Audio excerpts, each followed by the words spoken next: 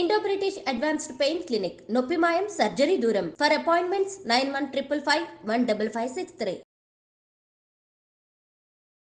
అందరికీ నమస్కారం. నేను Swaroopa Potlapalli. Welcome to I dream. అద్భుతాన్ని ఆశించి గేమ్ చేంజర్ సినిమాకి వెళ్తే ఆశాభంగం తప్పదు అనే డిస్కషన్ నడుస్తోంది. తెలుగులో ఒక్క స్ట్రైట్ సినిమా తీయకపోయినప్పటికీ కూడా ఎంతో మంది డైరెక్టర్స్ కి టార్చ్ బేరర్లా మారిన శంకర్ సంక్రాంతి రేసులో ఎందుకు చతికిలబడ్డారు? రామ్ చరణ్ 100% పెర్ఫార్మెన్స్ ఇచ్చినా గానీ ఎందుకు ప్రేక్షకుల అంచనాలను అందుకోలేకపోయారు? కంటెంట్ లోపమా, లేదంటే తేడా ఎక్కడ జరిగింది?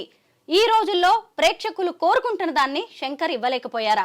వీటన్నిటి మీద విశ్లేషణను అందించడానికి సినీ క్రిటిక్ శ్రీనివాస్ గారు నాతో పాటు ఉన్నారు. ఆయనతో మాట్లాడదాం. హలో శ్రీనివాస్ గారు. చూసారు కదా గేమ్ చేంజర్ గురించి ఎన్ని ఎక్స్పెక్టేషన్స్ ఉన్నాయండి. 2 నెలలుగా మనం మాట్లాడుకుంటూనే ఉన్నాము. ఎందుకంటే పుష్ప రికార్డ్స్ని తిరగరాస్తుందేమో అని కూడా మనం ఒకప్పుడు అనాలిసిస్ చేశాము. అలాంటిది అసలు 500 కోట్ల బడ్జెట్తో తీసిన ఈ సినిమా ఎందుకు ప్రేక్షకులు ఊహించినంత హిట్ సాధించలేకపోయింది? ముఖ్యంగా బ్యూరోక్రసీ వర్సెస్ పొలిటికల్ బాసిజంగా ఈ సినిమా నడుస్తూ ఉంటుంది. రామ్ చరణ్ అనే వ్యక్తే అక్కడ అసెట్. రామ్ చరణ్ ఒక ఐఏఎస్ ఆఫీసర్గా అంత మంచి పెర్ఫార్మెన్స్ ఇచ్చినా కానీ ఎందుకు హిట్ కొట్టలేకపోయారంటారు? ఇది టైమ్ ఆఫ్ రిలీజ్ మేడం. ఇది యాక్చువల్లీ ఈ డిసెంబర్లో ఈ సినిమా వచ్చి ఉంటే ఇంత నెగిటివిటీ వచ్చేది కాదు. సంక్రాంతి వచ్చేసరికి అందరికీ పబ్లిక్ ఏంటంటే ఎంటర్టైన్ అవ్వాలి, నవ్వుకోవాలి, సరదాగా ఎంజాయ్ చేయాలనే మూడ్లో ఉన్నారు. కానీ ఒక సీరియస్ సినిమాని ఆస్వాదించే టైం సంక్రాంతి కాదు. సో రాంగ్ టైం రిలీజ్ ఒక ఆస్పెక్ట్ అయితే, ఇంకో ఆస్పెక్ట్ వచ్చేసి శంకర్ తీసిన సినిమా 5 hours వచ్చిందంట మొత్తం టోటల్ ఫుటేజ్. మనకు చూపించిన సినిమా ఏమో 2.4 or సంథింగ్. సో అక్కడ చాలా డిస్జాయింట్స్ ఉన్నాయి. అంటే ఈ సీన్కి ఆ సీన్కి కనెక్టివిటీ ఏంటి, ఇతను వాళ్ళ పేరెంట్స్ నుంచి విడిపోయాడు, నరేష్ వాళ్ళ దగ్గరికి ఎలా వచ్చాడు, ఇలాంటి చాలా వాటికి ఆన్సర్స్ దొరకలేదు. మేబీ ఓటీటీలో ఫుల్ వర్షన్ రిలీజ్ అయినప్పుడు అప్పుడు కంప్లీట్ సాటిస్ఫాక్షన్ దొరుకుతుందేమో, కానీ అది కరెక్ట్ కాదు కదా. థియేట్రికల్ రిలీజ్లో ప్రాపర్గా ఎడిట్ చేసి సినిమా అర్థమయ్యేలాగా ఆడియన్స్కి సాటిస్ఫాక్షన్ ఇస్తే ఏ ఆడియన్స్ కూడా సినిమా గురించి నెగిటివ్గా మాట్లాడరు. ఇంత నెగిటివిటీ, ఇంత డిసప్పాయింట్మెంట్ వచ్చింది అంటే రీజన్ ఏంటంటే అది డైరెక్టర్ ఫాల్ట్ కూడా ఉంది, ఎడిటర్ ఫాల్ట్ కూడా ఉంది. అంటే ఈవెన్ నిన్న మొన్న డైరెక్టర్ ఇంటర్వ్యూలో చెప్తున్నారు, నేను 5 hours సినిమా తీశాను, టోటల్ సినిమా చాలా బాగుందని చెప్తే 5 hours సినిమా చూసేంత ఓపిక ఎవరికి ఉంది? దాన్ని ప్రాపర్ గా ఎడిట్ చేసి అర్థమయ్యే ఫార్మాట్ లో రిలీజ్ చేసి ఉంటే బాగుండేది. టెక్నికల్ గా మిస్టేక్స్ ఉన్నాయి madam. And time of release కూడా ఇది కూడా. ముఖ్యంగా మనం శంకర్ అనగానే ఓవర్ ఎక్స్పెక్టేషన్తో సినిమాకి వెళ్తున్నట్టున్నామండి. ఎందుకంటే మనం జెంటిల్మెన్ కావచ్చు, ప్రేమికుడు, ఒకే ఒక్కడు, అపరిచితుడు, అబ్బా ఇలాగా శంకర్ గురించి చెప్పుకోవాలంటే ఒక్కో సినిమా ఒక్కో జానర్లో ఎంత బాగుంటుందో కదా. ఆ ట్విస్ట్ కావచ్చు, ఆ స్క్రీన్ ప్లే అన్నీ డిఫరెంట్గా ఉంటాయి. బట్ ఈ సినిమాలో అంత పట్టు సాధించలేకపోయారు. ఈ ముఖ్యంగా స్క్రీన్ ప్లే కావచ్చు, అసలు కంటెంట్, కథనం, స్టోరీలోనే తేడా ఉందంటారా? మీరు చెప్పిన శంకర్ గారు హిట్ సినిమాలన్నిటికీ కూడా స్టోరీ రైటర్ ఎవరైతే ఉన్నారో ఆయన ఇప్పుడు బతికిలేరు. సో ఇప్పుడు ఆయన ఎప్పుడైతే చనిపోయారో అప్పటి నుంచి కూడా శంకర్ గారికి హిట్స్ చూడలేదు. సో ఇప్పుడు రీసెంట్గా కార్తిక్ సుబ్బరాజ్ దగ్గర స్టోరీ తీసుకొని దీన్ని అడాప్ట్ చేసుకుని వెళ్ళి సినిమాగా మలిచారు. సో ఈ కార్తిక్ సుబ్బరాజ్ ఎవరైతే ఉన్నారో జస్ట్ ఏదో స్టోరీ ఇచ్చి పక్కకు ఉండిపోకుండా ఈ డైరెక్షన్ డిపార్ట్మెంట్లో కూడా ఉండి ఉంటే కొన్ని మిస్టేక్స్ జరగకుండా ఇంకొంచెం బెటర్ వర్షన్ మనం చూసేవాళ్ళం. శ్రీనివాస్ గారు, మీరు ఇప్పుడు ఒక మాట అన్నారు, ఇంతకుముందు చెప్పిన హిట్ సినిమాల లిస్ట్కి మొత్తానికి స్టోరీ ఇచ్చిన ఆయన ఇప్పుడు బతికిలేరు, అందుకే ఈయన సరైన సక్సెస్ని సాధించలేకపోతున్నారు అన్నారు. ఇంత పెద్ద సినిమా ఇండస్ట్రీలో స్టోరీలకి కొదవ, స్టోరీ రైటర్స్కి కొదవ, ఎంతమంది అవకాశాల కోసం తిరుగుతున్నారు. అలాంటి ఒక్కళ్ళు కూడా శంకర్కి తగలలేదంటారా? ఇది వరకు ఈ స్టోరీ డిపార్ట్మెంట్ ఎవరైతే శంకర్ గారు స్టోరీ అందించారో ఆయన సినిమా ఇండస్ట్రీలో బిలాంగ్ చేయరు. ఆయన యాక్చువల్గా స్టోరీ రైటర్ కాదు. ఆయన ఒక మీరు అన్నట్టు బ్యూరోక్రసీలో ఉండి చాలా హై ప్రొఫైల్ మనిషి అనమాట. ఆయనకి సమాజం మీద ఎంతో గుడ్నెస్ అనేది క్రియేట్ చేసుకొని కొన్ని సమాజానికి ఉపయోగపడే స్టోరీస్ రాస్తే ఆయన శంకర్ గారికి ఫ్రెండ్ అవ్వడం వల్ల ఆ స్టోరీస్ ఆయన తీసుకొని చేశారు అంతే. అంటే the one who was giving story Sujatha గారు ఆయన pen name. He was never belonging to film industry. ఆయన సినిమా ఇండస్ట్రీ కోసం స్టోరీలు రాయలేదు, సమాజం బాగుపడాలని స్టోరీస్ రాశారు. ఆ స్టోరీస్ శంకర్ గారు నచ్చి ఆయన నరేషన్తో సినిమాలు తీశారు, అవన్నీ హిట్ అయినాయి. అలా ఆలోచింపగలిగే రైటర్స్ ఎవరన్నా శంకర్ గారు తారసపడితే ఖచ్చితంగా మీరు అన్నట్టు అద్భుతాలు జరుగుతాయి. నిజమే. సుజాత లేకపోవడమే శంకర్కి ఇలాగా ఫ్లాపులు పడుతున్నాయా అనే ఒక రివ్యూ కూడా నేను చూశానండి. నిజమే. అయితే ఇలా ఒక్కళ్ళ మీద డిపెండ్ అయ్యి శంకర్ లాంటి వాళ్ళు సినిమాలు తీయడం అనేది కూడా ఇండస్ట్రీకి కూడా ఒక రకంగా దెబ్బేనని చెప్పాలి. ఏ సినిమాకైనా స్టోరీయే కదా బ్యాక్ బోన్. మనము హీరో ఎలివేషన్స్, పాటలు ఎన్నున్నా కూడా అల్టిమేట్లీ మనం ఇంటికి వెళ్ళేప్పుడు మనకి 2-3 నెలలు మనకి హ్యాంగ్ ఓవర్ ఉండేది. సినిమాలో మనం ఏం రిసీవ్ చేసుకున్నాం, ఏం పొందాము, ఏం నీతి నేర్చుకున్నాము, అవి నచ్చితేనే మనం మన పక్కన వాళ్ళకో మన చుట్టాలకో మన ఫ్రెండ్స్కో రికమెండ్ చేస్తాం ఈ సినిమా బాగుంది చూడండి వెళ్ళి అని. సో నిజమేనండి. ఆ అంశాలు కొంచెము ఎక్కడో మిస్ అవుతుంది శంకర్ మూవీలో. ఇదివరకు ఉన్న ఆ ఎఫెక్టివ్నెస్ ఇప్పుడు కొంచెం తగ్గుతుంది. ముఖ్యంగా ఏంటంటే ఈ తరం ఆడియన్స్ వేరుగా ఉన్నారండి. శంకర్ చూసినా మనం కొంత హిట్ లిస్ట్ చెప్పుకుంటాం కదా శంకర్ అనగానే. ఆ తరం వేరున్నారు, ఇప్పుడు ఇక్కడ వేరుగా ఉన్నారు. అంటే వీళ్ళు కోరుకున్నది శంకర్ ఇవ్వలేకపోతున్నాడంటారా? మళ్ళీ దానికి కూడా అదే అండి. అంటే ఇప్పుడు సలీం జావేద్ అనే టీం ఉన్నారు హిందీలో. వాళ్ళు రాసిన ప్రతి డైలాగు ప్రతి స్టోరీ సూపర్ హిట్, అవును కదా. అట్లనే తెలుగులో కూడా ఏంటంటే తీసే డైరెక్టర్స్ మంచి వాళ్ళు ఉన్నారు, మ్యూజిషియన్స్ మంచి వాళ్ళు ఉన్నారు. మరి వీళ్ళు ఇప్పుడు శంకర్తో తీసే అవసరం ఏముందండి? దిల్ రాజు గారి 50వ సినిమా తెలుగు డైరెక్టర్నే పెట్టుకోవచ్చు మీరు. అసలు తెలుగు డైరెక్టర్స్ లేరా? తీయగలిగే వాళ్ళు లేరా? తెలుగు స్టోరీ రైటర్స్ లేరా? Why they needed Tamil director and Tamil writer to write Telugu cinema story? అవును, ఈ వీళ్ళతో సమానంగా వచ్చిన డాకు మహారాజ్, బాబీ కొల్లి కావచ్చు, ఇటువైపు చూసినప్పుడు సంక్రాంతికి వస్తున్నాం అనిల్ రావిపూడి, చూసారా తెలుగు డైరెక్టర్స్ అని చెప్పి ఎలా హిట్ కొట్టి చూపించారు. అంటే senior actors Venkatesh garu, Balakrishna garu, there flag is flying very high. కాకపోతే youngster Ram Charan flag is not flying that high. Everyone is disappointed on this. అంటే ఎందుకంటే అందరూ సినిమా హిట్ అవ్వాలని కోరుకున్నారు. ఏ ఒక్క ఆడియన్స్ క్రిటిక్స్ కూడా కోరుకోలేదు ఈ సినిమా పాడవాలని. కాకపోతే ఒకటే అండి, టైమ్ ఆఫ్ రిలీజ్ డిసెంబర్ క్రిస్మస్లో ఈ సినిమా వచ్చి ఉంటే నిజంగా ఇంత నెగటివిటీ పొందేది కాదు. నో కంటెంట్ లేనప్పుడు డిసెంబర్ వచ్చినా జనవరి వచ్చినా సంక్రాంతి అయినా సంక్రాంతికి కోరుకున్న ఎంటర్టైన్మెంట్ ఆ సినిమాలో లేదు. అది సీరియస్ మూవీ. ఆ సీరియస్ మూవీ క్రిస్మస్ టైంలో వచ్చి ఉంటే సంక్రాంతి జోన్లో పడదు. సో ఇంత డిసెంబర్ అంతా పుష్ప ఇంత నెగటివిటీ రాదు అంట నేను. ఎంతైతే నెగటివిటీ ఇప్పుడు వచ్చిందో అంత నెగటివిటీ మూట కట్టుకునేది కాదు. కొంచెం తగ్గేది, ఆ నెగటివిటీ తగ్గేది, ఆ ఎక్స్పెక్టేషన్స్ కొంచెం తగ్గేది. అవును, ఇంత పోటీ కూడా ఉండేది కాదు అప్పుడు, కాంపిటీషన్ అనేది ఉండేది కొంచెం ఓపెన్ గ్రౌండ్, క్లీన్ గ్రౌండ్ ఉండేది. శ్రీనివాస్ గారు, ఇప్పుడు మనం సినిమా అనగానే హీరో గురించి మాట్లాడుకుంటాం, వెంటనే హీరోయిన్ గురించి మాట్లాడుకుంటాం. ఎందుకు పర్టికులర్గా కియారా అడ్వానీనే వీళ్ళు బాలీవుడ్ నుంచి తీసుకున్నారు? ముఖ్యంగా ఈ సినిమా చాలా చోట్ల కూడా మహేష్ బాబు తీసిన భరత్ అనే నేనుకి కనెక్ట్ అవుతుంది. ఈవెన్ లాస్ట్లో కూడా రామ్ అనే నేను అంటారు రామ్ చరణ్. అయితే కియారా అడ్వానీ అందులో కూడా హీరోయిన్. పర్టికులర్గా ఈమెనే సెలెక్ట్ చేయడానికి ఏదైనా రీజన్ ఉందంటారా? యాక్టర్ సెలెక్షన్లో, హీరోయిన్ సెలెక్షన్లో పిఆర్ గ్రూప్స్ రోల్ ఎక్కువ ఉంటుంది. సో వీళ్ళకి ఏంటంటే వీళ్ళ డేట్స్ ప్రకారం అవైలబిలిటీ ఉండే యాక్టర్స్ కావాలి. సో ఆ అమ్మాయి వీళ్ళకి ఆ విధంగా ఫిట్ అయి ఉంటుంది. And she looks very good, she looks pretty on screen. ఇద్దరు పేరు కూడా బాగుంది. పేరు బాగుందంటారు వీళ్ళిద్దరిది. మహేష్ తో కూడా నిజానికి బాగుంది ఆమె పేరు. బట్ ఎందుకో పాపం తెలుగులో అంత పెద్ద హీరోస్ తో చేసినా గానీ కియారా కూడా కలిసి రావట్లేదేమో. యాజ్ ఆడియన్స్ మన ఎక్స్పెక్టేషన్ ప్రకారం ఎవరు ఉంటే బాగుంటుందని మనకు ఉంటుంది, కానీ వాళ్ళకి ప్రాక్టికల్ పాసిబిలిటీస్ లో వాళ్ళ డేట్స్ కుదరాలి కదా. Every actor will have certain dates blocked already with some films కదా. సో వీళ్ళకి ఇవ్వాల్సిన డేట్స్ ఎక్కువ 3 years పాటు ఒక సినిమాతో అసోసియేట్ అయి ఉండాలంటే అంత ఓపిక ఉన్న యాక్టర్స్ ఉండాలి కదా. సో ఈ అమ్మాయి ఓపిక ప్రదర్శించింది. హీరో హీరోయిన్ తర్వాత మనం ఏ సినిమాలోనైనా నెక్స్ట్ మాట్లాడుకునేది విలన్ క్యారెక్టర్ గురించి. రామ్ చరణ్ లాంటి బలమైన హీరో ఉన్నప్పుడు బలమైన ఒక విలన్ ఉండాలని కూడా కోరుకుంటారు. సేమ్ శ్రీకాంత్ పాత్ర కూడా చాలా బాగుందండి. ముఖ్యంగా ఎంగేజ్ మేకప్ ఎంగేజ్కి చాలా బాగుంది. తర్వాత ఆయన పెద్దవాడైన తర్వాత సీఎం అయిన తర్వాత 2 కొడుకుల తండ్రిగా ఆయన ఎస్టాబ్లిష్ చేసినప్పుడు కూడా మేకప్ అద్రిపోయింది నిజంగా.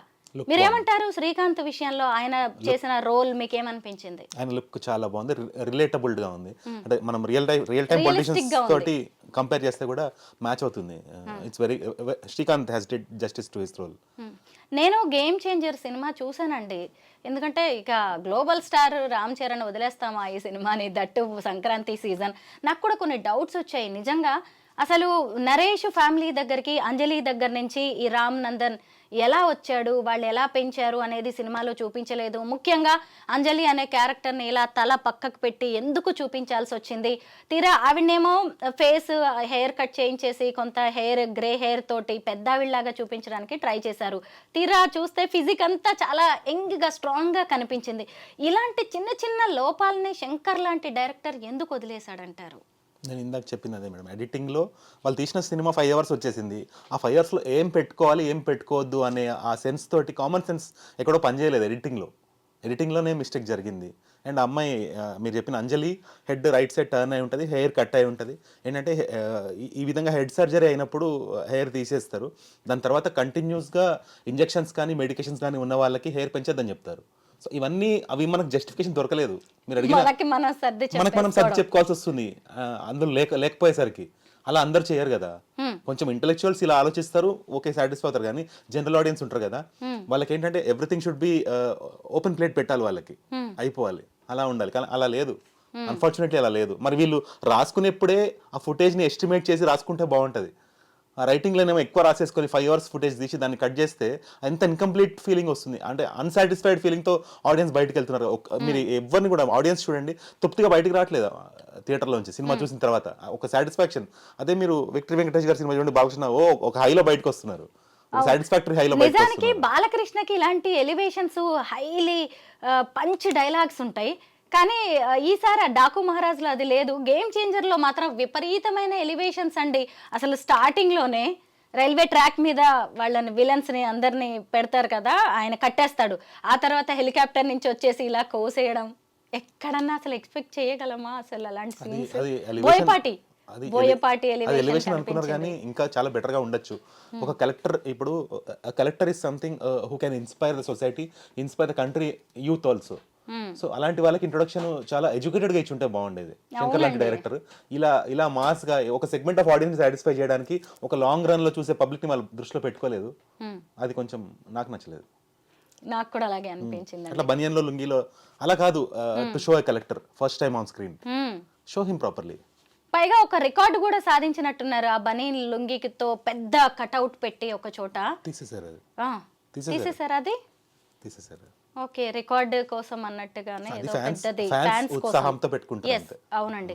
అయితే ఇక్కడ మదర్ సెంటిమెంట్ గురించి కూడా మనం మాట్లాడుకోవాలి. DNA టెస్ట్ కి దొరకకూడదని ఆ తల్లి సల్ఫ్యూరిక్ యాసిడ్ లో దూకి చనిపోవడం లాంటిది మాత్రం నిజంగా అక్కడ ఆమె చెప్పులు పట్టుకొని ఏడవడం, అంటే అప్పటిదాకా తల్లి కొడుకుల మధ్య ఒక సెంటిమెంట్ అయితే పెద్దగా చూపించలేదు, అక్కడ మాత్రం నిజంగా కదిలిపోయినట్టు అనిపించింది. మనం కొంచెం మీరు సైంటిఫిక్ గా ఆలోచిస్తే ఆమె వాడిన చెప్పులు కానీ ఆమె వాడిన బ్రష్ కానీ దేంతో అయినా DNA టెస్ట్ చేయొచ్చు. అవును, అది మిస్టేక్. అది యాక్చువల్లీ అంటే నాకు ఆ సీన్ చూడగానే విజయవాడలో జరిగిన చిన్న పాప వైష్ణవి అనే అమ్మాయిది, నాగ వైష్ణవి మర్డర్ చేసి ఆమెను కూడా అలా ఒక బాయిలర్ లో వేశారండి. తెలియకుండానే దానికి కనెక్ట్ అయిపోతా ఉంటాం మనము.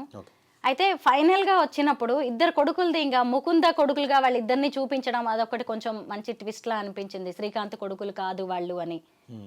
అలాగే ఇంకొన్ని మెయిన్ అసలు ఆ ఫ్లాష్ బ్యాక్ లో ఉన్న క్యారెక్టర్ యొక్క విజన్ ఏదైతే ఉందో అది డైల్యూట్ అయిపోయింది. ఆ పార్టీ ఎలా ముందుకెళ్ళింది, ఆ పార్టీలో ఇతని విగ్రహం ఎందుకు లేదు, ఇవన్నీ ఎక్కడ అసలు అప్పన్న అనే వ్యక్తి అభ్యుదయం పార్టీని స్థాపించాడనేది ఎక్కడ కూడా ఏ పార్టీ కూడా స్థాపించిన వ్యక్తి యొక్క విగ్రహం లేకుండా, అతని ఫోటో లేకుండా ముందుకెళ్ళదు. అవును, కానీ మళ్ళీ పార్టీ ఉంది కానీ అతని ప్రస్తావనే లేదు.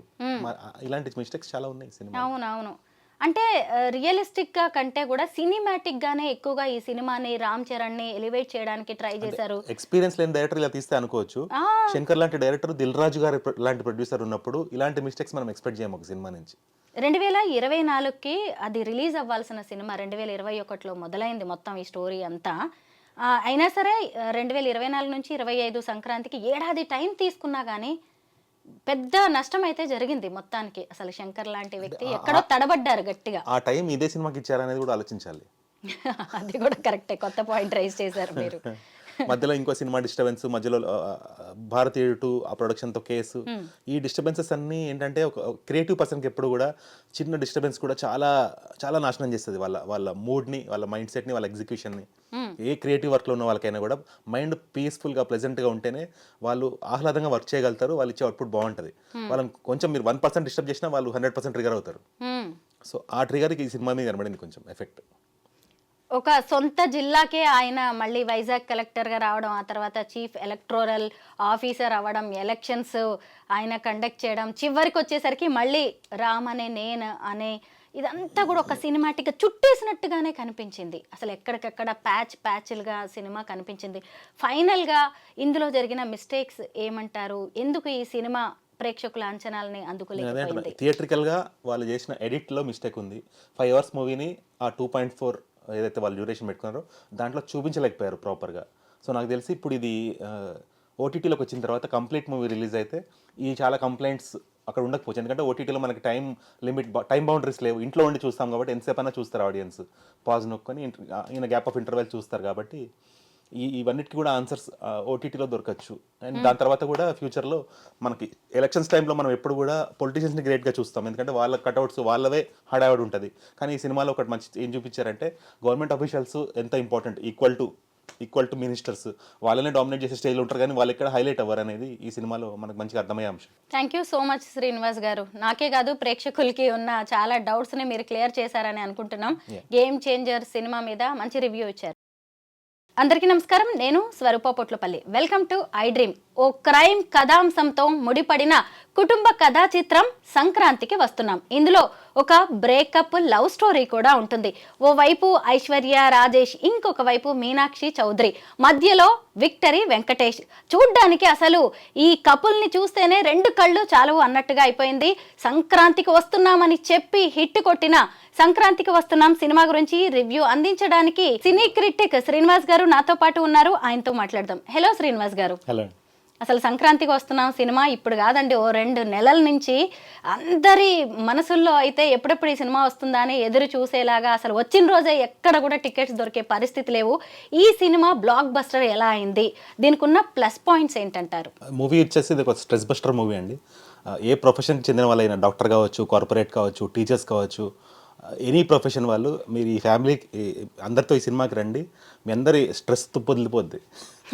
ఇంకో 1 వీక్ వరకు మీరు అందరూ హ్యాపీగా ఉంటారు మీకు తెలియకుండానే, ఎందుకంటే అంత నవ్వులు పూయించారు ఈ సినిమాలో. అంటే ఒకప్పుడు మనకి ఎపిక్ కామెడీ మూవీస్ తీసేవాళ్ళు ఉన్నారు, కొంతమంది డైరెక్టర్స్ ఉన్నారు, జంధ్యాల గారు కానీ, ఈవీవి సత్యనారాయణ గారు కానీ. సో వాళ్ళ రేంజ్కి మన అనిల్ రావిపూడి సినిమా తీసాడని చెప్పాలి. సినిమా కామెడీ చాలా బాగుంది యాక్చువల్లీ. ఇట్స్ ఫ్రెష్ కామెడీ, మళ్ళీ అంటే రిపీటెడ్ కామెడీ కానీ Jabardasth kind of loud comedy కాదు, సీన్స్లోంచి కామెడీ వచ్చేలాగా, డైలాగ్స్లోంచి కామెడీ పండేలాగా రైటింగ్ చాలా బాగుంది సినిమాలో. చాలా మంచిగా రాశారు, రాసిన దాన్ని పర్ఫెక్ట్ యాక్టర్స్తో కుదుర్చుకొని తీశారు సినిమా అని చెప్పాలి. అండ్ మళ్ళీ ఇదంతా జరిగింది టైట్ బడ్జెట్లో చేశారు, అది కూడా మనకు అర్థమైపోద్ది ఆన్ స్క్రీన్. చాలా లిమిటెడ్ బడ్జెట్లో, టైట్ బడ్జెట్లో తెలివిగా తీశారు సినిమాని చాలా స్మార్ట్గా డీల్ చేశారు డైరెక్టర్. అది ఎక్కడ కూడా వేస్టేజ్ ఆఫ్ మనీ ఎక్కడ కనిపించదు మనకి. వెరీ లిమిటెడ్ బడ్జెట్లో ఒక అల్టిమేట్ బ్లాక్ బస్టర్ కొట్టాడని చెప్పాలి. ముఖ్యంగా సినిమాకి ముందు నుంచే ప్రమోషన్స్తో ఇది హిట్ ఖాయం గ్యారంటీ అని చెప్పి ప్రేక్షకులే అనుకునేలా చేసింది పుష్ప. ముఖ్యంగా మ్యూజిక్తో అని చెప్పొచ్చు. మళ్ళీ ఆ తర్వాత చూస్తే సంక్రాంతికి వస్తున్నాము, అసలు గోదావరి గట్టు మీద రామచిలుక ఆ సాంగ్ ఎంత బాగుందండి. రమణ గోగుల చాలా రోజుల తర్వాత రీఎంట్రీ ఇచ్చారు. అలాగే అతనికి పోటీ పడినట్టుగా మధుప్రియ కూడా అద్భుతంగా పాడింది. ఈ సాంగ్ ఎంతవరకు ప్లస్ అయిందంటారు సినిమాకి? కరెక్ట్ సిచ్యువేషన్లో వస్తుంది సాంగ్, అండ్ కరెక్ట్ చాలా బాగా పిక్చరైజ్ అయింది సాంగ్. అండ్ ఒకటి వెంకటేష్ గారు లాంటి సీనియర్ మోస్ట్ యాక్టర్స్ ఎట్లుంటారంటే సెల్ఫ్ సెంటర్డ్గా ఉంటారు, ఈగోయిస్ట్గా ఉంటారని అందరి ఫీలింగ్ ఉంటుంది. అయితే ఏంటంటే ఈ సినిమాలో ఆయన ఈగోని, ఆయన స్టార్ స్టేటస్ని పక్కన పెట్టి సినిమాలో అందరు హైలైట్ అవ్వాలనే దాంట్లో ఈయన కూడా నేను ఒక పాత్ర, సినిమాలో నేను కూడా 1 ఆఫ్ ది అన్నట్టున్నారు, కానీ నేను హీరోని, నేను స్టార్ని అన్న ఎక్కడ కూడా అనిపించదు మనకి. సినిమాలో ఆయన మీద చాలా జోక్స్ ఉన్నాయి. సినిమాలో ఒక హీరో మీద జోక్స్ ఉండడం అనేది మనం చాలా రేర్గా చూస్తాము. హీరో కామెడియన్ మీద జోక్స్ చేయడం రొటీన్, ఆయన మీదే చాలా జోక్స్ ఉన్నాయి సినిమాలో. అది రియల్లీ అంత డౌన్ టు ఎర్త్ ప్లే చేయడము, అంత అండర్ ప్లే చేయడం really so great of Venkatesh actually ఇది 2.1 చెప్పాలి. మళ్ళీ అంటే మనం ఫ్రెష్ వెంకటేష్ కనిపిస్తారు. ఒకప్పుడు వెంకటేష్ని మనం ఎలా అయితే ఇష్టపడ్డామో ఆ ఫ్రెష్నెస్ వెంకటేష్ని మనం మళ్ళీ చూపించాడు అనిల్ రావిపూడి. చాలా బాగున్నాడు వెంకటేష్ ఈ సినిమాలో. గోదావరి గట్టు ఈ సాంగ్లో అయితే అసలు ఆ కొరియోగ్రఫీ ఎంత బాగుందండి. సింపుల్గా అసలు కొన్ని వందల లక్షల రీల్స్ చేసినట్టున్నారు చాలా మంది భార్యాభర్తలు. వాళ్ళు కూడా ఊహించేసుకొని అండ్ చక్కగా ఆ సింపుల్గా శారీ కట్టుకొని, లుంగీ కట్టుకొని ఎంత బాగా చేశారో. అసలు ఇదంతా ఈ క్రెడిట్ మనం ఎవరికి ఇవ్వాలంటారు? డైరెక్టర్ థాట్, ఇమాజినేషన్ బాగుంది. ఇంకోటి ఏంటంటే రమణ గోగుల ఏదైతే సింగర్ ఏదైతే మనకి ఒకప్పుడు మంచి నాస్టాలజిక్ మెమరీస్ ఉన్నాయి ఆ సింగర్ తోటి. అతను ఎందుకో మరి ఎవరు మరి అప్రోచ్ అవ్వలేదా, ఆయన ఒప్పుకోలేదా మనకు తెలియదు. వీళ్ళు బాగా కన్విన్స్ చేశారు యాక్చువల్లీ. అంటే ఆ సాంగ్కి ఆ సింగర్ పర్ఫెక్ట్ అనమాట. మళ్ళీ అది ఎలా పేలాలో అలా పేలింది. అంతకుముందు పవన్ కళ్యాణ్ సినిమాలో కూడా సేమ్ ఇలాగే గుర్తొస్తూ ఉంటుంది కదా, తమ్ముడు సినిమా అనుకుంటానండి. దాంట్లో కూడా రమణ గోగుల సేమ్ ఇలాగే స్టార్ట్ అవుతుంది. నిజమేనండి, మళ్ళీ గుర్తు చేశారు ఆ రోజుల్ని రమణ గోగుల గారు. ఇక మీదటైనా తెలుగు ఇండస్ట్రీ ఆయన్ని ఇలా అద్భుతంగా వాడుకుంటే బాగుంటుంది అంటారు. ఇంతకీ ఈ సినిమా గురించి ఏమన్నా స్టోరీ మాకు బ్రీఫ్ గా చెప్తారా? స్టోరీ కంటే కూడా సీన్స్ ప్రజెంటేషన్, అంటే స్టోరీగా వెళ్తే సింపుల్ స్టోరీ. ఒక ఎన్ఆర్ఐ ఎవరైతే ఇండియాకి వస్తాడో, ఇండియాకి వచ్చినప్పుడు ఎక్కడ ఇన్వెస్ట్ చేయాలన్నప్పుడు తెలంగాణ స్టేట్కి ఫస్ట్ టైం రావడం జరుగుతుంది. అక్కడ అనుకోకుండా అతను కిడ్నాప్ అవ్వడము, ఆ కిడ్నాప్ నుంచి విడిపియాలంటే ఒక ఎఫెక్టివ్ పోలీస్ ఆఫీసర్ మీడియాకి తెలియకుండా ఈ అంతా ఆపరేషన్ చేసి పెట్టేవాళ్ళు. ఆ ఎఫెక్టివ్ పోలీస్ ఆఫీసర్ కావాలి. అతను ఆల్రెడీ సస్పెండెడ్లో ఉంటాడు. అతనే వెంకటేష్ అనమాట. అతన్ని ఫామ్లో ఉన్నాడు. అతన్ని కన్విన్స్ చేసి తీసుకొచ్చే పాత్రలో మీనాక్షి, అతన్ని పంపేయకుండా ఉండే పాత్రలో వాళ్ళ వైఫ్. సో ఈ మొత్తంలో అంటే చెప్పడానికి స్టోరీ చాలా సింపుల్గా ఉంటుంది, కానీ అతను తీసిన విధానం చాలా హిలేరియస్గా తీసుకెళ్ళాడు.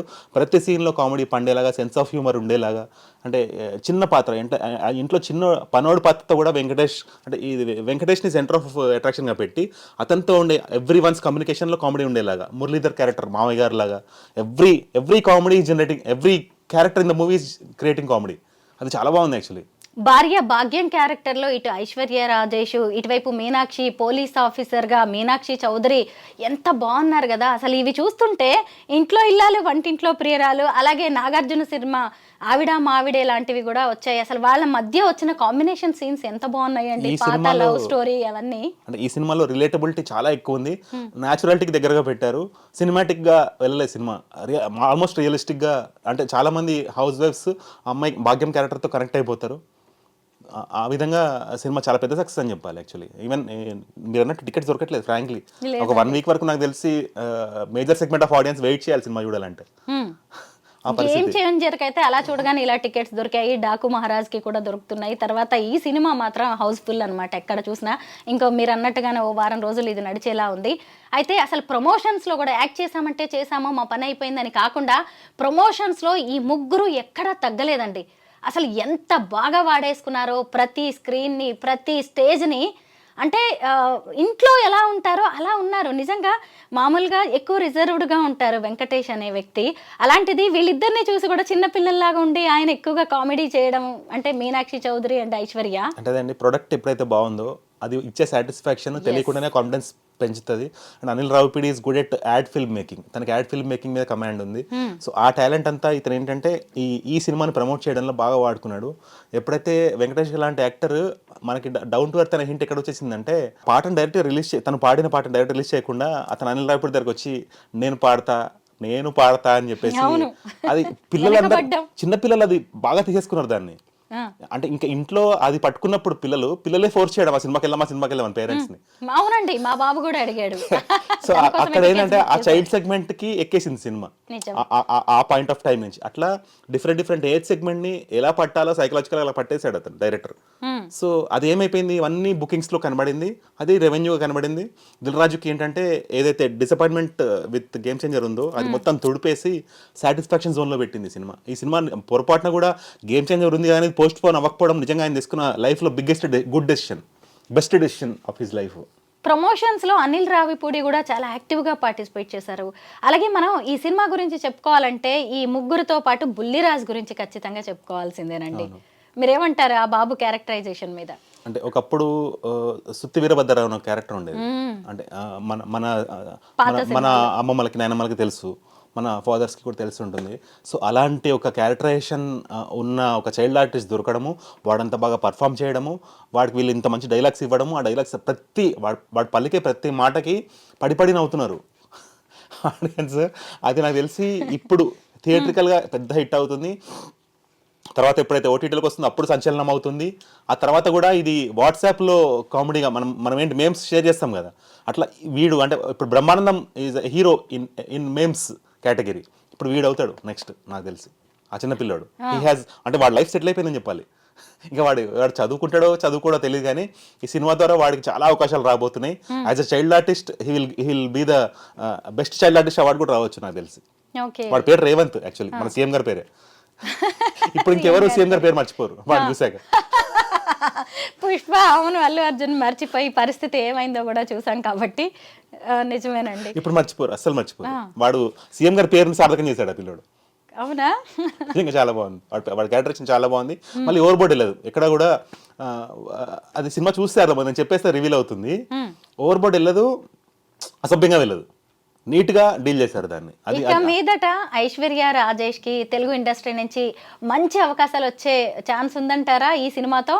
ఐశ్వర్య రాజేష్ని ఎప్పుడు మనం తెలుగు యాక్టర్గానే చూస్తాం. మనం చేసిన డబ్బింగ్ మూవీస్ అయినా కూడా అంటే మన తెలుగు పబ్లిక్లో ఉన్న గ్రేట్నెస్ ఏంటంటే విజయ్ సేతుపతి లాంటి యాక్టర్ని కూడా ఓన్ చేసుకున్నాము, ఐశ్వర్య రాజేష్ లాంటి ఫీమేల్ యాక్టర్ని కూడా ఓన్ చేసుకున్నాము. ఈవెన్ కల్కి ద్వారా అమితాబ్ బచ్చన్ కూడా మన యాక్టర్ అయిపోయాడు.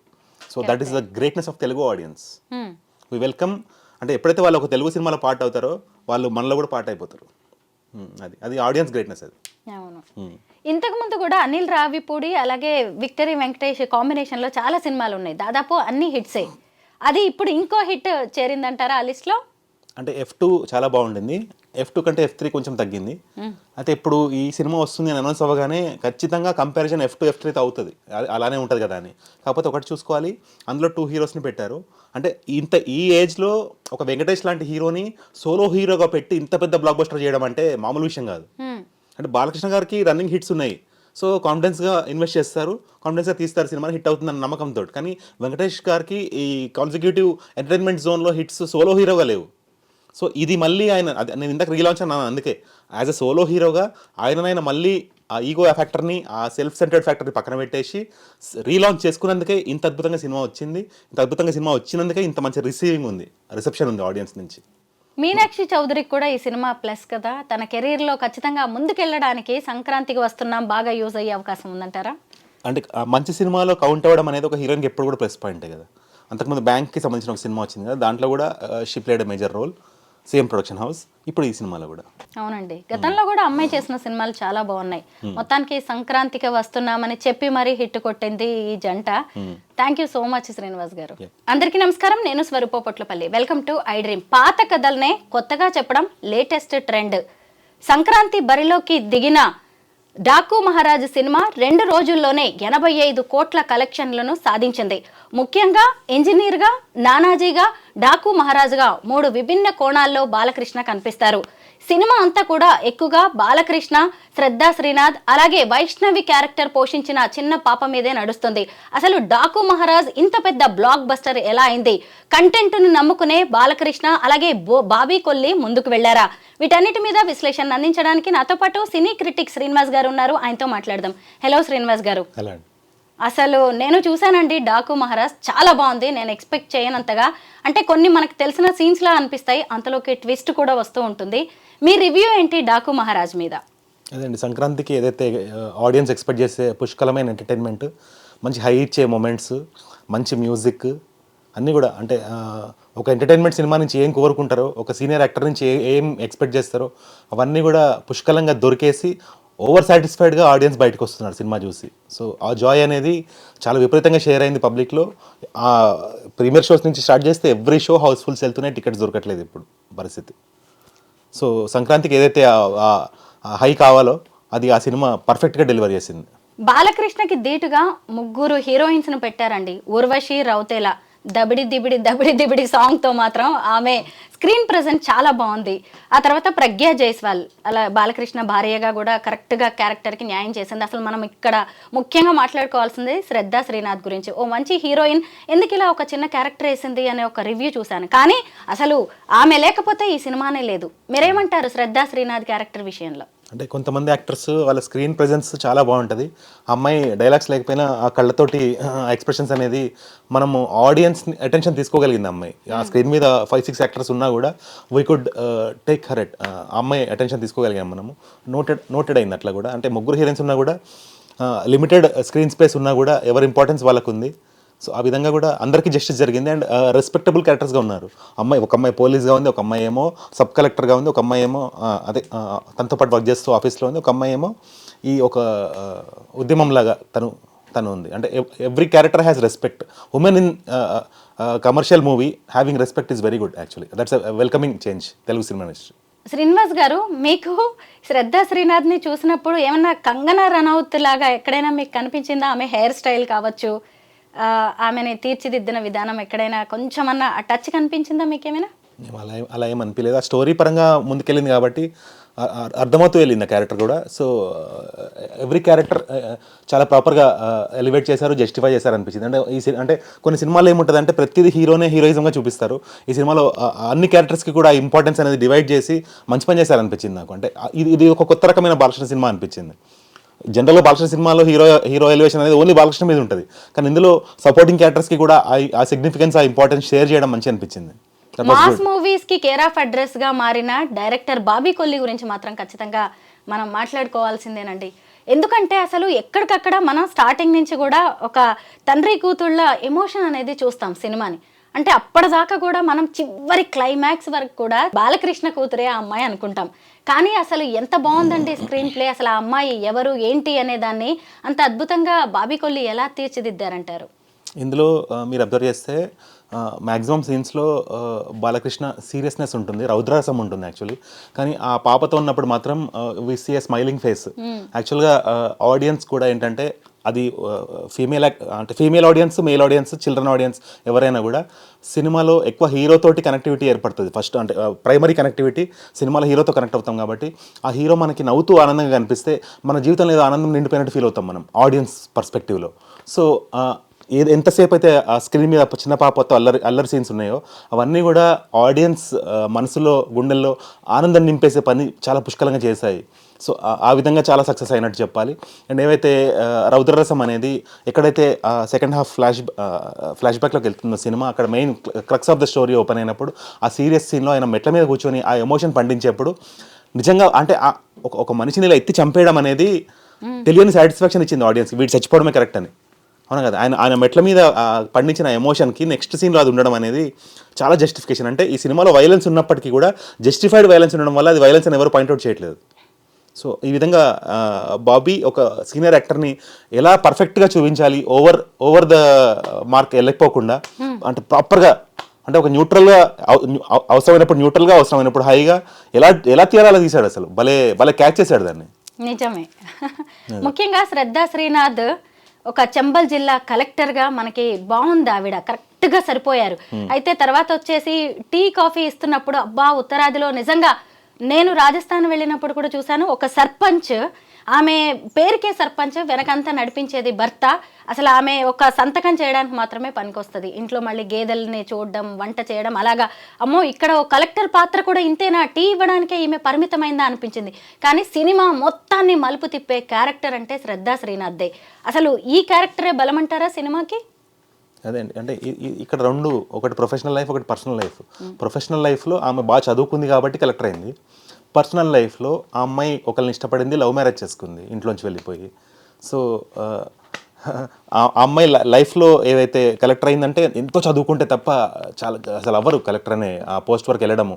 సో ఆ ఆస్పెక్ట్లో we can understand she is very highly intelligent అని అర్థం చేసుకోవాలి. కానీ ఎక్కడో లైఫ్లో ఒక రాంగ్ పర్సన్ చూస్ చేసుకున్నా అనే ఒక రిపెన్షన్ కూడా ఆమె కళ్ళల్లో కనిపిస్తూ ఉంటుంది. అంటే ఎప్పుడైతే బాలకృష్ణ లాంటి క్యారెక్టర్ వచ్చి ఆమెకి ఎక్స్ప్లెయిన్ చేసినప్పుడు, ఆ ఊరు వాళ్ళ ప్రాబ్లమ్స్ ఎక్స్ప్లెయిన్ చేసినప్పుడు ఆమెలో ఒక రిపెన్షన్ కనిపిస్తుంది. అంటే ఆ స్టేజ్ నుంచి కూడా అమ్మాయి హస్బెండ్ కంటే కూడా నీతి నిజాయితీ వైపు నిలబడుతూ వీళ్ళకే సపోర్ట్ చేస్తూ ఉండడం అనేది ఆ గుడ్ ట్రాన్స్ఫర్మేషన్ అని చెప్పొచ్చు.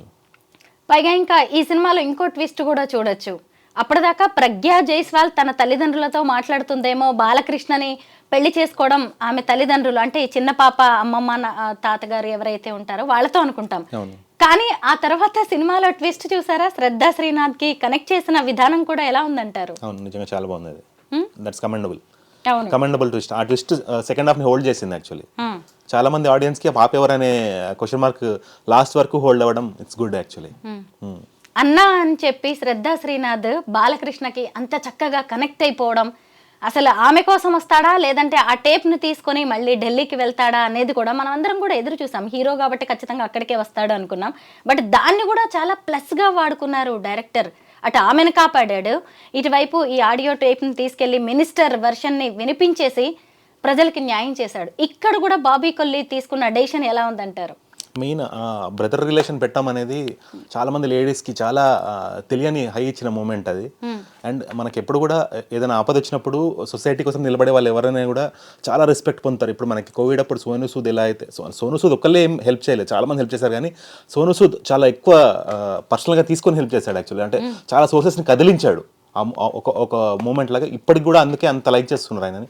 అట్లనే ఆ పర్టికులర్ విలేజ్లో ఆ ప్రాబ్లం ఉన్నప్పుడు బాలకృష్ణ గారు ఆ ఊరు ప్రాబ్లమ్ని తన ఓన్ ప్రాబ్లంగా ఫీల్ అయ్యి దానికోసం నిలబడి అవసరమైతే దానికోసం ఎంతైనా తెగించే స్టేజ్కి వెళ్తారు. కాబట్టి ఒక కలెక్టర్గా తను చేయలేనిది ఒక వ్యక్తి ద్వారా జరుగుతుంది అంటే తనకి నేను ఎంత సపోర్ట్ చేయాలనేది తన ఆ బ్రదర్లీ ఫీలింగ్ తెచ్చేసుకుందా తన మీద. So which was very good portrayal actually. On screen చూస్తుంటే మనకు మంచి అనిపిస్తుంది యాక్చువల్లీ. మనం కూడా ఎవరైనా మనకు హెల్ప్ఫుల్గా ఉంటే we get that brotherly feeling తెలియకుండానే. మనం ఇక్కడ తమన్ మ్యూజిక్ గురించి కూడా మాట్లాడుకోవాల్సిందే. చిన్న పాపతో పెట్టిన సాంగ్ బాగుంది, అలాగే సినిమాతో ట్రావెల్ అయ్యి మ్యూజిక్ వెళ్ళిపోతూ ఉంటుందండి కదా. నాకు ఇప్పుడు మళ్ళీ గుర్తు చేసుకోవాలన్నా దబిడి దిబిడి సాంగ్ ఒక్కటే గుర్తొస్తుంది, ఆ మాస్ సాంగ్ చాలా బాగుంది నిజానికి. అయితే స్క్రీన్ ప్రెజెన్స్తో అక్కడేమో వెండి తెరని బాగా బ్రైటన్ చేసింది బాలకృష్ణ. ఇటువైపు చూస్తే కొన్ని చోట్ల అయితే స్పీకర్స్ పగిలిపోయాయంట. ఏమంటారు మ్యూజిక్ మీద మీరు? ఈ జైలర్ సినిమా దగ్గర నుంచి ఏదైతే తమిళ్ మ్యూజిషియన్స్ ఎవరైతే ఉన్నారో వాళ్ళు కొంచెం techno and gym kind of music, pub kind of music ఎక్కువ హీరోస్కి బ్యాక్గ్రౌండ్ మ్యూజిక్ లాగా పెట్టడము, దానివల్ల ఆడియన్స్ అది ఎంజాయ్ చేయడం. ఎందుకంటే జనరల్ ఆడియన్స్ ఎప్పుడు కూడా పబ్కి వెళ్ళి మ్యూజిక్ వినే ఎక్స్పోజర్ ఉండదు. అయితే ఎప్పుడైతే సినిమాల్లో హీరో నడుస్తున్నప్పుడు వాక్కో ఒక ఫైట్ సీన్లోనో అలాంటి మ్యూజిక్స్ వింటున్నప్పుడు అది నచ్చడం అనేది ఎప్పుడైతే చూసారో ఈ తెలుగు మ్యూజిక్ డైరెక్టర్స్ కూడా మనకి రాదా మనమేం తక్కువ అన్నట్టు వీళ్ళు కూడా ఆ ట్రెండ్ ఎక్కడో పట్టుకొని ముందుకెళ్తున్నారు. కానీ ఈ బాలకృష్ణ తమన్ కాంబినేషన్ ఏదైతుందో ఇటు ట్రెడిషనల్గా ఉంటూ అవుట్ ఆఫ్ ది బాక్స్ వెళ్ళిపోకుండా మళ్ళీ ఆ మ్యూజిక్ కూడా అంటే మనకి సమరసింహారెడ్డి, నరసింహనాయుడు ఇలాంటి వాటిలో అంటే ఒక సమరసింహారెడ్డిలో ట్రైన్ దిగగానే ఇట్లా వెనక్కి తిరగగానే నడిచి వచ్చే మ్యూజిక్ ఉంటుంది, మణిశర్మ గారు ఇచ్చిన మ్యూజిక్. అది ఇప్పటికీ హాంటింగ్గా ఉంటుంది, ఇప్పటికి కూడా ఆ సీన్ చూస్తే మంచి అనిపిస్తుంది. అలాంటి మ్యూజిక్ మళ్ళీ ఇవ్వాలి అంటే దాంతో కంపేర్ అవుతుంది. కొత్త మ్యూజిక్ ఏది చేసినా దానంతా లేదు రానేస్తారు ఈజీగా, కానీ దానికంటే బెటర్గా ఉంటూ దాన్ని మర్చిపోయేలా చేయగలిగాడు తమన్ అని చెప్పాలి. అంటే ఎందుకంటే మ్యూజిక్కి ప్రాణం పెట్టేశాడు తను. అంటే ఈ సినిమాలో సినిమా సక్సెస్లో Bobby as director, Balakrishna as hero, ఇదంతా ఎంత కాంట్రిబ్యూషన్ ఉందో అంత ఈక్వలెంట్ కాంట్రిబ్యూషన్ తమన్ తీసుకున్నాడని చెప్పాలి. మ్యూజిక్ చాలా బాగుంది. పిల్లలు చిన్న పిల్లలు ఆ మ్యూజిక్ని పాడుతున్నారు, ఇంటికి వెళ్ళేప్పుడు ఇంటికి వెళ్ళి కూడా ఆ మ్యూజిక్ పాడుతున్నారు వాళ్ళు. చూడండి ఆ ఎలివేషన్ మ్యూజిక్ పాడుతున్నారంటే అది ఎంత వెళ్ళిపోయిందో చూడండి పబ్లిక్లోకి. బాలకృష్ణ క్యారెక్టరైజేషన్ గురించి ఇక్కడ మనం మాట్లాడుకోవాలి. చక్కగా ఇంజనీర్ సీతారాంగా ఎంత బాగున్నాడో క్లాస్గా, తర్వాత నానాజీగా పాపతో చేసే క్యారెక్టర్ చాలా బాగున్నాయి ఆ సన్నివేశాలు. ఆ తర్వాత మనం డాకు మహారాజ్గా కూడా అతను చంబల్ ప్రజలకి భగవాన్గా మారిపోయాడు. సాధారణంగా ఒక తరం వెనక్కి వెళ్ళి ఫ్లాష్ బ్యాక్ ఉంటుంది ఇన్ని క్యారెక్టర్స్ ఉన్నప్పుడు, కానీ ఒకే టైం లైన్లో ఒక మహా అంటే ఒక 10 ఏళ్ల గ్యాప్లోనే 3 క్యారెక్టరైజేషన్స్ చాలా బాగా ఎస్టాబ్లిష్ చేశారు. మీరేమంటారు దీని మీద? అదండి, అంటే అసలు సినిమాకి టైటిల్ డాకు మహారాజ్ అని పెట్టినప్పుడు మనందరం ఏమనుకుంటామంటే ఈ సినిమాలో బాలకృష్ణ దొంగ అనుకుంటాం. కానీ అలా కాకుండా వీళ్ళు ఏం చేస్తారంటే తెలివిగా ఒకటి చేశారు. ఏంటంటే ఆల్రెడీ ఆ విలేజ్లో డాకు మహారాజ్ అనే వ్యక్తి అంటే అపారమైన రెస్పెక్ట్, అపారమైన గౌరవం, ఆల్మోస్ట్ ఒక డివైన్లీ ఫీలింగ్ ఉంటుంది ఆ పర్సన్ అంటే. సో ఇతను హెల్పింగ్, ఇతని కమిట్మెంట్ టువర్డ్స్ ఆ హెల్పింగ్ చూసి ఇతన్ని డాకు మహారాజ్ అనే ఫీలింగ్లోకి వచ్చేస్తారు వాళ్ళు. సో అది ఆ జస్టిఫికేషన్ నాకు చాలా మంచి అనిపించింది యాక్చువల్లీ. సో ఆ టైటిల్ జస్టిఫికేషన్ కూడా అక్కడి నుంచే మనకు స్టార్ట్ అవుతుంది. So the satisfaction level Daaku Maharaj has promised, ఏదైతే ప్రామిస్ చేశారో 100% అండ్ బియాండ్ ఇచ్చారని చెప్పాలి ఆ మూవీ మేకర్స్ అన్ని విధాలు కూడా. అంటే ఏ ఒక్కటి కూడా కంప్లైంట్ లేకుండా. కాకపోతే క్లైమాక్స్ ఒక్కటి ఏంటంటే ఇంకొంచెం బెటర్ క్లైమాక్స్ ఎక్స్పెక్ట్ చేశారు ఫ్యాన్ సెగ్మెంట్, జనరల్ ఆడియన్స్ అనట్లేదు, ఫ్యాన్ సెగ్మెంట్. ఎందుకంటే ఇతను బాబీ డియోల్ క్యారెక్టర్ అవుతుందో తను మార్బుల్ బిజినెస్ చేస్తుంటాడు కదా. అంటే మాకు తెలిసిన ఒక ఆర్కే గారు ఒక ఫ్రెండ్ అనమాట, ఆయన చాలా బాగా విశ్లేషిస్తారు సినిమాల్ని. ఆయన చెప్పిన పాయింట్ ఏంటంటే ఇతను మార్బుల్ బిజినెస్ చేస్తున్నాడు ఇల్లీగల్గా. సో బాలకృష్ణ గారు హాస్పిటల్లో ఇట్లా పడిపోయి ఉంటారు కదా ఆ క్లైమాక్స్లో. ఆయన ఒకసారి ఇట్లా లేచి ఇలా కింద పెట్టినప్పుడు ఒక మార్బుల్ విరిగి మళ్ళీ ఆ బాబీ డియోల్ హాస్పిటల్కి ఎంటర్ అవుతారు కదా. ఆ సీన్ కనెక్ట్ చేసి వీడు మార్బుల్తో చంపుంటే తప్పు చేసినందుకు ఈ డెత్ అనేది బాగా కనెక్ట్ అయ్యేది కదా అని ఆయన చెప్తే నాకు మస్తు అనిపించింది ఆ పాయింట్. ప్రేక్షకులు కూడా ఎంత బాగా డైరెక్షన్ చేయగలరో చూడండి. ఇప్పుడు ప్రేక్షకులు ఎంతో అంత క్లెవర్, స్మార్ట్, ఇంటెలిజెంట్ జోన్లో ఉన్నారు కాబట్టి ఏవైతే కొన్ని పాయింట్స్ మిస్ అవుతున్నాయో ఫిలిం యూనిట్గా, అంటే మీరు ఎప్పుడు అబ్జర్వ్ చేయండి, ఇద్దరు చెస్ ఆడేప్పుడు చూసే వాళ్ళకి ఐడియాస్ బాగా వస్తాయి ఆడే వాళ్ళకంటే. సో అలా ఈ ఒక్క పాయింట్ ఉంటే అంటే అది తెలియని ఆడియన్స్కి ఏమనిపించకపోవచ్చు, కానీ ఇది విన్నప్పుడు నాకే అనిపించింది అవును కదా భలే ఉంది కదా అని. నేను చూసాను బట్ నాకు అనిపించలేదు. మీ ఫ్రెండ్ ఎవరో కరెక్ట్గా చెప్పారండి.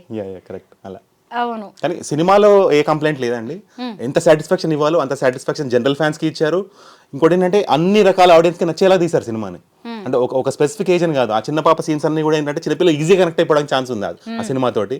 అండ్ ఆ బాలకృష్ణ గారు మనం ఇన్ని రోజులు చూసిన ఎలివేషన్స్ ఒక తీరు, ఈ సినిమాలో ఫైట్స్ వాళ్ళు తీసిన విధానం ఇంకో తీరు ఉంది. అది ఎక్కడ ఓవర్ బోర్డ్ వెళ్ళిపోలేదు, ఎలివేషన్స్ లేవు బాలకృష్ణ. అంటే అది వైలెన్స్ కూడా బిలీవబుల్ గా ఉంది అండ్ అవసరం అన్నట్టు ఉంది ఆ వైలెన్స్. అంటే ఇక్కడ ఈ వైలెన్స్ అవసరం కాబట్టి అది ఉంది అన్నట్టు ఉంది. శ్రీనివాస్ గారు, ఇంత మంచి సినిమా చూసిన తర్వాత డాకు మహారాజ్ నిజంగా బాలకృష్ణ నాకు ఎంత నచ్చేశారో, అయ్యో ఈ సినిమా పాన్ ఇండియా సినిమాగా తీస్తే బాగుండేదే అనిపించింది. తర్వాత అయినా కూడా ఇలాంటి కాన్సెప్ట్ తో తీస్తే కనెక్ట్ అయ్యే ఛాన్స్ ఉందంటారా? మీరు అబ్జర్వ్ చేస్తే ఫస్ట్ తెలుగు కోసం తీశారు, తర్వాత హిందీలో హిట్ అయింది. ఇది అలానే వెళ్తుంది నాకు తెలిసి. అంతే కదా. అవును, ఇంత మంచి సినిమా హిందీ ఆడియన్స్ ని అంటే ఎప్పుడైతే బాబీ డియోల్ లాంటి యాక్టర్ ఉన్నాడో గ్యారెంటీ హిందీలో ఫెచింగ్ ఉంటుంది. ఇప్పుడు యానిమల్ తర్వాత బాబీ డియోల్ డిమాండ్ మామూలుగా లేదు. అవును, కానీ బాబీ డియోల్ గురించి కూడా మనం మాట్లాడుకోవాలండి. భలే ఉన్నాడు, చాలా బాగున్నాడు. హీరో చాలా బాగుంటది యాక్చువల్లీ, చాలా స్టైలిష్ గా ఉన్నాడు. శ్రద్ధ శ్రీనాథ్ కి పేర్ గా కూడా వాళ్ళిద్దరిది చాలా బాగుంది కాంబినేషన్. అవును, ఈవెన్ వాళ్ళ ఇంట్లో వెళ్ళి వార్నింగ్ ఇచ్చే సీన్స్ లో ఇద్దరు కాన్ఫ్రంటేషన్ చాలా బాగుంటది. డైలాగ్స్, ఎక్స్చేంజ్ ఆఫ్ డైలాగ్స్ చాలా బాగుంది ఆ సీన్స్. నిజమే. అవును, అసలు ప్లస్ ఏమంటారు ఈ సినిమాకి మొత్తం మీద? కొంతమంది స్పెసిఫిక్ సెగ్మెంట్ ఆఫ్ క్రిటిక్స్ ఏమంటున్నారంటే ఫస్ట్ హాఫ్ చాలా బాగుంది కదా, సెకండ్ హాఫ్ కొంచెం డల్ అయింది అన్నారు. కానీ ఆ స్టోరీ లేకపోతే అసలు సినిమా లేదు. సెకండ్ హాఫ్ లో వాళ్ళు ఫస్ట్ హాఫ్ లో ఉన్న ఎలివేషన్స్ కి రీజనింగ్ చూపించారు. ఆ రీజనింగ్ లేకపోతే ఇక సినిమా ఎలా నిలబడుతుంది? అసలు స్టోరీ లేకుండా సినిమా ఎలా తీస్తారు? ఓన్లీ ఎలివేషన్స్ మీద, అది మళ్ళీ జైలర్ సినిమా అయిపోద్ది. అవును, thank you Srinivas. Telugu directors కి తమిళ డైరెక్టర్స్ డిఫరెన్స్ అదే. తెలుగులో ఏంటంటే ఏది వదిలిపెట్టరు, అన్ని కవర్ చేస్తారు. That is the greatness of Telugu directors. ఇప్పుడు ఇందులో మిస్టేక్ జరిగింది, ఇక్కడ సరిగ్గా చేయలేదని చెప్పడానికి కూడా పెద్దగా రీజన్స్ ఏ కనిపించట్లేదు నాకైతే. Bobby complete satisfaction. అవును, కంప్లీట్ సాటిస్ఫాక్షన్ ఇచ్చే మూవీ డాకు మహారాజ్. దీనికి ఇప్పుడు ప్రీక్వెల్ తీస్తున్నారు. ఏదైతే డాకు మహారాజ్ క్యారెక్టర్ ఉందో, మన గుర్రం మీద ఒక శిల్పం చూస్తాం కదా హెడ్ లేకుండా, ఆ క్యారెక్టర్ ని ఎలివేట్ చేస్తే ఇప్పుడు సెకండ్ పార్ట్ రాబోతుంది. ప్రీక్వెల్, సీక్వెల్ కాదు, కంటిన్యూషన్ కాదు, ముందు స్టోరీ. ఎందుకలా అనౌన్స్ చేశారు వాళ్ళు ఆల్రెడీ. ఈ సక్సెస్ అయింది కాబట్టి బాగుందండి, తీయచ్చు ఖచ్చితంగా. అది కూడా హిట్ కొడుతుంది. మనం ఇది చూస్తేనే. ముఖ్యంగా నాకు బాబీ కొల్లి డైరెక్షన్ మీద మాత్రం 100% నమ్మకం వచ్చిందండి ఈ సినిమాతో. చాలా బాగుంది. ఇంకా మనం హిట్ డైరెక్టర్స్ లిస్ట్ లో ఆయన పెట్టుకోవచ్చు, డౌటే లేదు. మనం ఇక్కడ ప్రొడ్యూసర్స్ గురించి ఖచ్చితంగా మాట్లాడుకోవాలండి. నాగవంశీ గారు, సాయి సౌజన్య గారు, వాళ్ళిద్దరు కూడా బాలకృష్ణ గారికి అసలు హార్డ్ కోర్ ఫ్యాన్స్ అనమాట. ఆయన డేట్స్ కోసం ఇన్నేళ్లు వెయిట్ చేసి మొత్తానికి 2025లో ఒక అద్భుతమైన బ్లాక్ బస్టర్ ఇచ్చారు. ఎంతైనా ఖర్చు పెట్టండి, మంచి సినిమా తీయండి అని చెప్పి బాబీ కొల్లికి కూడా బడ్జెట్ విషయంలో ఫ్రీ హ్యాండ్ ఇచ్చినట్టుగా తెలిసింది. మీరేమంటారు? ఇలాంటి ప్రొడ్యూసర్స్ దొరికితే తెలుగు ఇండస్ట్రీకి అసలు ఇంకెన్ని అద్భుతాలు వచ్చే అవకాశం ఉందంటారు? అదే అండి, ఈ ప్రొడ్యూసర్ ఎవరు అవుతున్నారో కన్సిక్యూటివ్ హిట్స్లో ఉన్నారు ఆయన. వాళ్ళు ఏంటంటే ఈవెన్ ఓపెన్ హ్యాండ్ ఇచ్చినా కూడా ఇక్కడ డైరెక్టర్ బాబీ ఎలా అంటే మనీ వేస్ట్ చేసే కైండ్ ఆఫ్ మనిషి కాదు. ఇచ్చిన మనీని ప్రాపర్గా యూటిలైజ్ చేసుకొని సీన్స్ ముందే రాసుకొని ఎడిట్ టేబుల్లో ముందే ఆయన ఏంటంటే షూట్ చేసేప్పుడే మెంటల్గా ఎడిట్ చేసేస్తారు సినిమాని. ఏం అవసరం అదే తీస్తాడు ఆయన.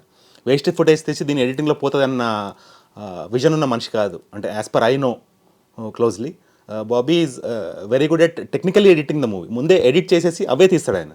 సో ఆల్మోస్ట్ అంటే ఒక 2.5 hours సినిమా కావాలంటే మ్యాక్సిమం ఒక 2 hours 45 minutes 3 hours ఫుటేజ్ తెస్తారు. కానీ ఇలా 5 hours తెచ్చే డైరెక్టర్ కాదు. డబ్బులు ఉన్నాయి కదా ఖర్చు పెడదామనే టైప్ కాదు. ఎంత అవసరం అంత ఖర్చు పెట్టి. ఈవెన్ ఆ బాలకృష్ణ ఎలివేషన్ సీన్స్, గుర్రం సీన్స్ అన్నీ కూడా చాలా బాగున్నాయి యాక్చువల్లీ. అంటే అందుకే మనకి ఈ సినిమాలో చాలా చోట్ల మనకి బాలకృష్ణ ఇంట్రొడక్షన్, ప్రతి సీన్ బాలకృష్ణ ఇంట్రొడక్షన్లా ఉంటుంది. ఆయన ఎప్పుడు స్క్రీన్ మీద వచ్చినా it looks like an introduction scene. ఆ మ్యూజిక్ దాన్ని ఇంకా ఓవర్గా ఎలివేట్ చేసింది యాక్చువల్లీ. అంటే ఎగ్జాగరేట్ చేసింది. ఆ ఎగ్జాగరేషన్ బాగుంది.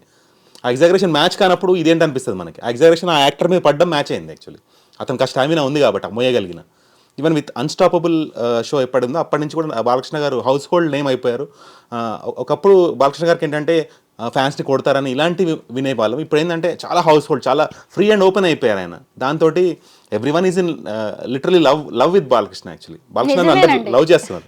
బాలకృష్ణ అంటే ఇప్పుడు ఒక హీరోగా కాదు, మనం హోస్ట్ గా కూడా ఆయన గురించి మాట్లాడుకోవాలి. కేవలం ఆయన ఫ్యాన్స్ మాత్రమే కాదు, జనరల్ పబ్లిక్ కూడా ఓన్ చేసుకున్నారు ఆయన. అన్స్టాపబుల్. ఈ మధ్య నేను రామ్ చరణ్ తో చేసిన ఎపిసోడ్స్ చూసాను, అల్లు అర్జున్ తో చేశాను.